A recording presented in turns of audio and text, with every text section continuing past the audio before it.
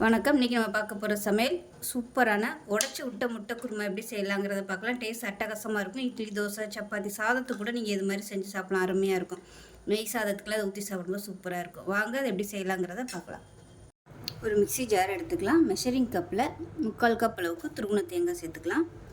இது கூடவே 1/4 டீஸ்பூன் கசகசா, 1 டேபிள் ஸ்பூன் வர மாதிரி வறுக்காத வேர்க்கடலை சேர்த்துருக்கேன். இது கூடவே ஒரு 10 முந்திரி பருப்பு சேர்த்துக்கலாம். 1/4 டீஸ்பூன் போல் சோம்பு சேர்த்துக்கலாம். இப்போ இதில் கரம் மசாலா சேர்த்துக்கலாம். பட்டை, கிராம்பு, ஏலக்காய் இது 3 மட்டுமே பொடிச்சு வச்சுருக்கேன். இது இல்லைன்னா நீங்கள் ஒரு சின்ன துண்டு பட்டை, ஒரு ஏலக்காய், ஒரு 2 கிராம்பு சேர்த்துக்கோங்க. இப்போ இதை சேர்த்துக்கலாம். இப்போ இது எல்லாத்தையுமே தண்ணி ஊற்றி நல்லா நைஸாக அரைச்சிக்கலாம். இப்போ ஒரு குக்கர் எடுத்துக்கலாம். தேவையான அளவுக்கு எண்ணெய் சேர்த்துக்கலாம். எண்ணெய் சூடானதும் 1/4 டீஸ்பூன் போல் சோம்பு, 1/4 டீஸ்பூன் சீரகம், ஒரு 4-5 துண்டு பட்டை, 2 ஏலக்காய், ஒரு 4-5 கிராம்பு சேர்த்துருக்கேன். கல்பாசி கொஞ்சம் பிரியாணியில் சேர்த்துக்கலாம். இப்போ இதில் கருவேப்பிலையில் சேர்த்துக்கலாம். இது கூடவே ஒரு பெரிய வெங்காயம் நீளமாக நறுக்கினதை சேர்த்துக்கலாம். இது கூடவே ஒரு 3 பச்சை மிளகாயை 2ஆக கீழிட்டு சேர்த்துக்கலாம்.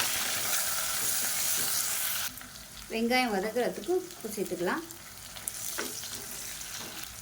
வெங்காயம் நல்லா வதங்கிடுச்சு. 1 டேபிள் ஸ்பூன் இஞ்சி பூண்டு பேஸ்ட் சேர்த்து வதக்கி விட்டுக்கலாம். இஞ்சி பூண்டு பேஸ்ட் நல்லா வதங்கிடுச்சு. மீடியம் சைஸாக 2 தக்காளி சேர்த்துக்கலாம். தக்காளி வதங்கிட்டு இருக்கும்போது ஒரு கைப்பிடி புதினா, கொத்தமல்லி சேர்த்துக்கலாம். இது சால்னாக்கு நல்ல ஒரு ஃப்ளேவர் கொடுக்கும். தக்காளி நல்லா மசிய ஆரம்பிச்சிருச்சு. 1.5 டேபிள் ஸ்பூன் தனியாத்தூள் சேர்த்துக்கலாம். அதே மாதிரி 1.5 டேபிள் ஸ்பூன் மிளகாத்தூள் சேர்த்துக்கலாம். 1/4 டேபிள் ஸ்பூன் மஞ்சள்தூள் சேர்த்துக்கலாம். இப்போ தக்காளி நல்லா வதங்கிடுச்சு. தக்காளி மசாலா எல்லாமே இப்போ நம்ம அரைச்சி வச்சுருக்க இந்த தேங்காய் பேஸ்ட்டை சேர்த்துக்கலாம். இப்போ மிக்ஸி அலசிட்டு தண்ணி சேர்த்துக்கலாம். இப்போ இன்னும் கொஞ்சம் தண்ணி சேர்த்துக்கலாம். இப்போ உப்பு சேர்த்துக்கலாம். இப்போ குருமா நல்லா கொதிக்க ஆரம்பிக்குது. இப்போ ஒரு 4 முட்டையை உடச்சிட்டு சேர்த்துக்கலாம். அப்படியே அதில்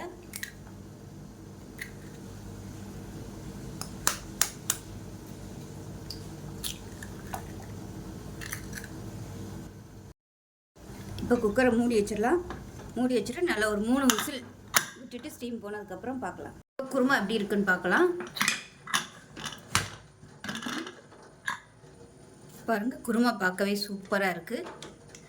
முட்டையும் நல்லா சூப்பராக வந்துருச்சு பாருங்கள். இட்லி, தோசை, சப்பாத்தி சூப்பராக இருக்கும். அது ரொம்பவும் தண்ணியாக இல்லை, ரொம்பவும் கெட்டியாக இல்லை, அருமையாக இருக்குது. முட்டை உடச்சி ஊற்றிருக்கனால நல்லா கெட்டியாக இருக்குது.